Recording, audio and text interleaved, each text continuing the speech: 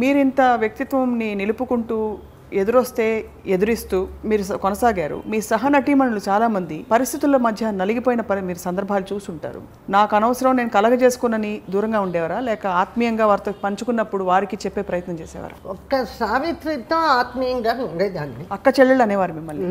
Lovely అఫెక్షనేటెడ్ అమ్మాయి. ఈర్ష్యలే ఉండేవి కావండి మీ ఇద్దరి మధ్య? అస్సలు లేదు.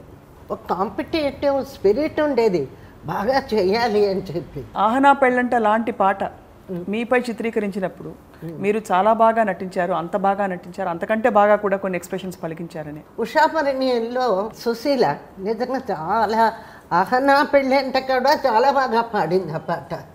అది నిన్నే వల్ల చిత్తి నోయ్ ఓ బాబా నిన్నే పిలిచితి నోయ్. అసలు ఆనాటి చిత్రాలు ఈనాటికి ఎందుకు సజీవంగా ఉన్నాయన్నప్పుడు వాళ్ళు కథే కాదు, మ్యూజిక్, కథ, పాత్రలు. ముఖ్యంగా ఒక పాత్రకి ఈ ఆర్టిస్ట్ కావాలి అంటే ఆ ఆర్టిస్ట్ కోసం నెలల తరబడి వెయిట్ చేసేవారు. అదే గుండమ్మ కథ. గుండమ్మ కథలో చక్రపాణి గారు మాకు రాజీ చేసేటప్పుడు నా గుండమ్మ ఏడుస్తూ ఉంది 2 ఏళ్ళ నుంచి, ఏంటిది మంచి పద్ధతి కాదు, ఈ పోట్లాట్లేమిటి, ఈ బాయ్కాట్లేమిటి అన్నారు. ఆ పాత్రలు నాగేశ్వరరావు గారు జమున, ఎన్టీఆర్ గారు సావిత్రి, ఆ కాంబినేషన్. గుండమ్మ టైటిల్ రోలు సూర్యకాంతమని పెట్టి తీశారు.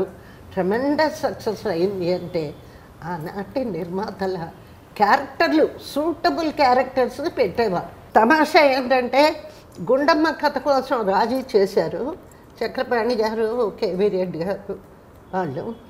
కానీ నన్ను వెంటనే బుక్ చేసింది రామారావు గారు, గులేబర్ కావాలి.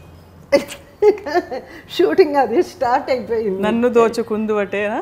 ఫస్ట్ పాపం నారాయణ రెడ్డి గారి మొదటి పాట చిత్రం.